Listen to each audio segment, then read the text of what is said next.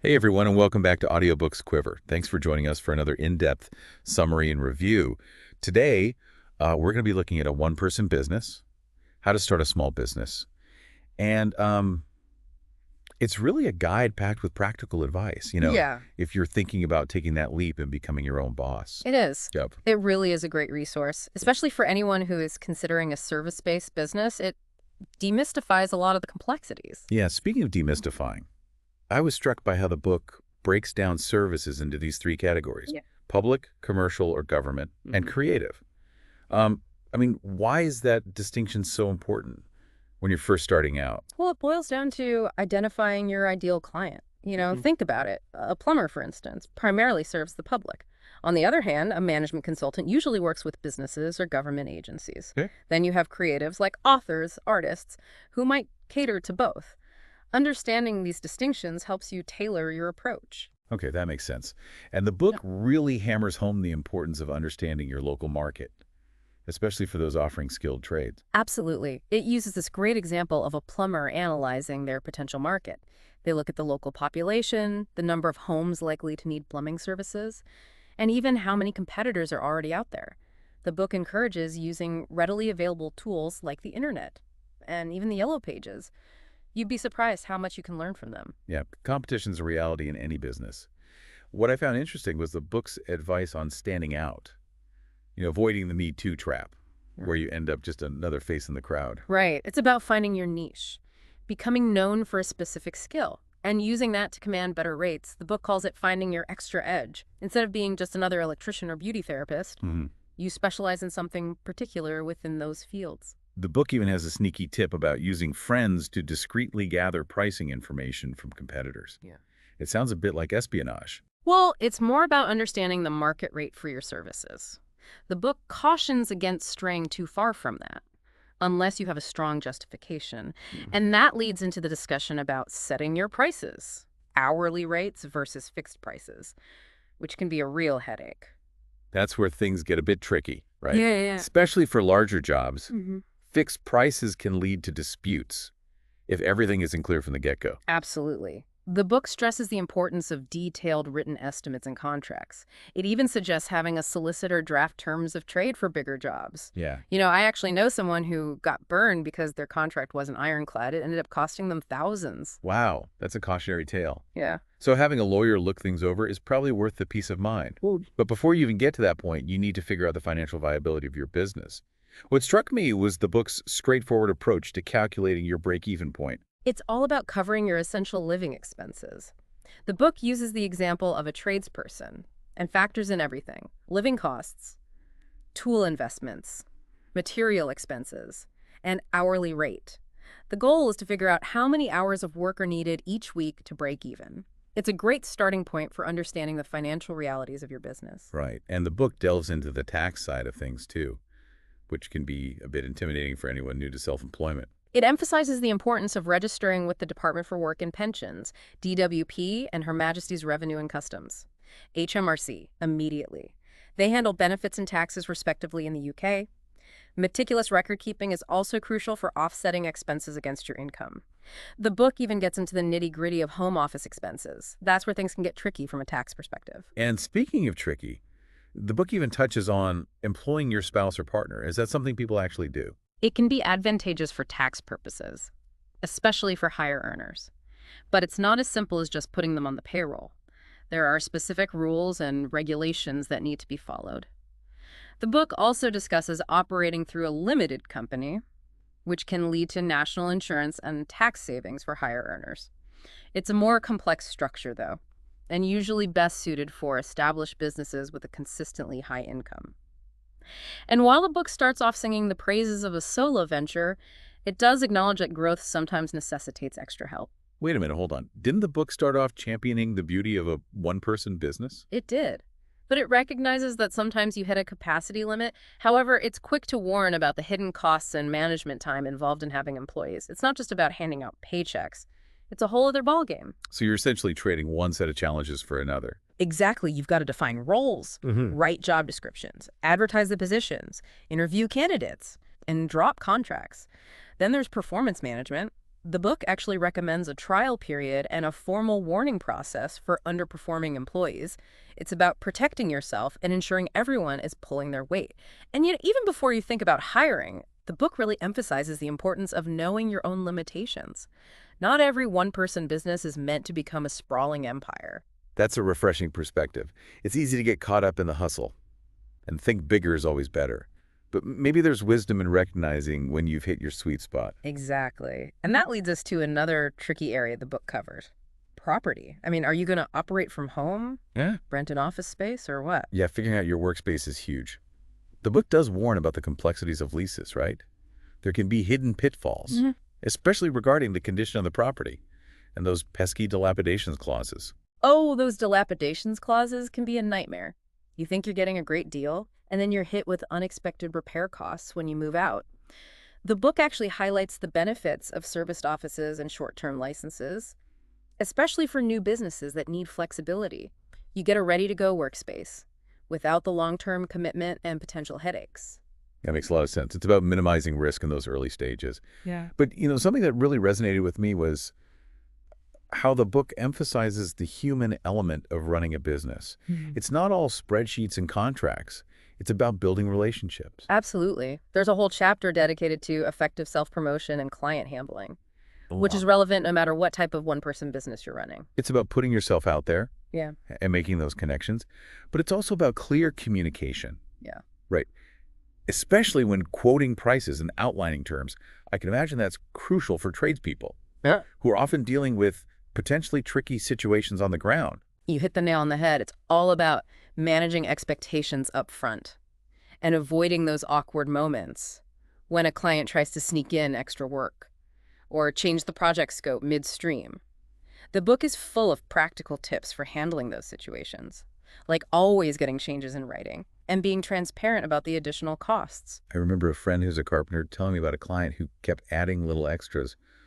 While he was at it, it ended up doubling the project timeline, Yeah. and my friend barely broke even. Oh, I've heard countless stories like that. It's why clear communication and setting boundaries are so essential. And, another interesting point the book raises is this idea of planting seeds of doubt about your competitors without outright bad-mouthing them. Hold on, isn't that a bit manipulative? How do you even do that ethically? Well, the book frames it more as strategically highlighting your strengths and subtly contrasting them with potential weaknesses of your competitors.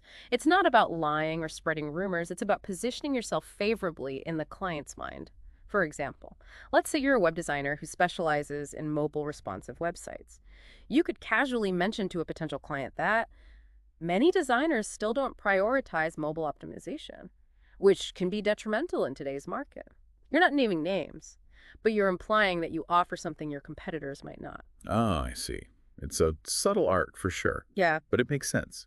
Clients are looking for the best value, and sometimes highlighting what you don't do can be just as effective as showcasing what you do.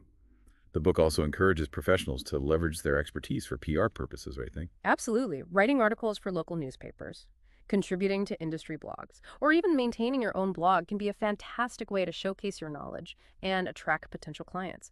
It's all about positioning yourself as a thought leader in your field. Right. It's not just about doing the work.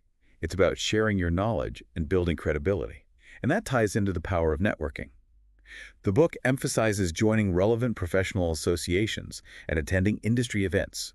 I've heard that can be so valuable, especially for solopreneurs who can sometimes feel isolated. It's all about building those personal connections Yeah. and getting your name out there. Networking can open doors to new opportunities and collaborations you might never have found otherwise. Speaking of opportunities, one thing that always seems daunting for new business owners is dealing with banks. The book has a whole section on securing funding, which can be a make-or-break moment for a lot of entrepreneurs. It provides a ton of practical advice on preparing a business plan and presenting it effectively to potential lenders. It emphasizes the importance of clear financial projections and a deep understanding of your market and business strategy. So it's not just about asking for money, it's about demonstrating you have a plan and you're serious about success. Exactly. The book also recommends face-to-face meetings with bank managers to build rapport and answer any questions they might have. It's about showing them you're not just a faceless application, you're a real person with a vision, but beyond finances. The book also dives into the legal side of running a business. This is where things can get a bit hairy for those of us who aren't legally minded. Yeah, contracts, agreements, all that stuff can feel overwhelming.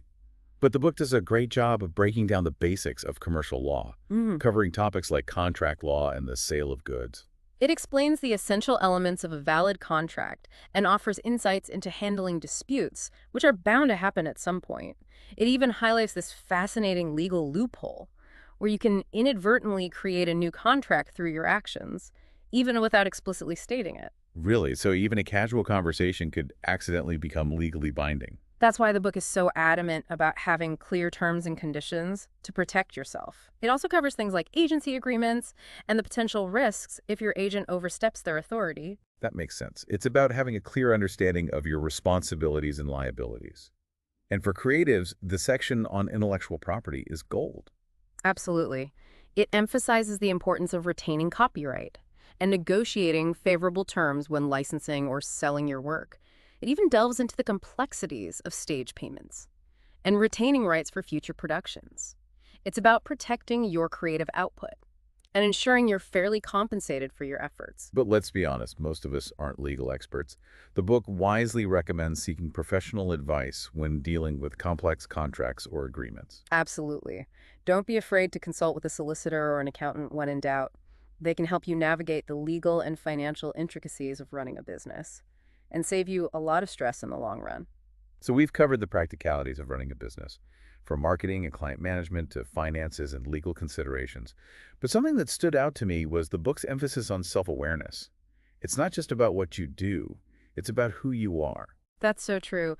The book really emphasizes the importance of knowing your strengths, weaknesses, and limitations. Not every one-person business is destined to become a massive corporation, and that's okay. Right. It's about finding the right balance between ambition Yeah. and recognizing when you might be stretching yourself too thin. Exactly. And that ties back to the book's overall message of being honest with yourself about your capabilities and aspirations. It's about building a business that fits your personality, your skills, and your lifestyle. So it's not just about chasing profits, it's about creating a fulfilling and sustainable work life for yourself. That's the beauty of a one-person business. It's about having the freedom and flexibility to define your own success. I love that. It's inspiring to think that anyone with the right skills, Mm. passion, and determination Mm. can create a thriving business doing what they love.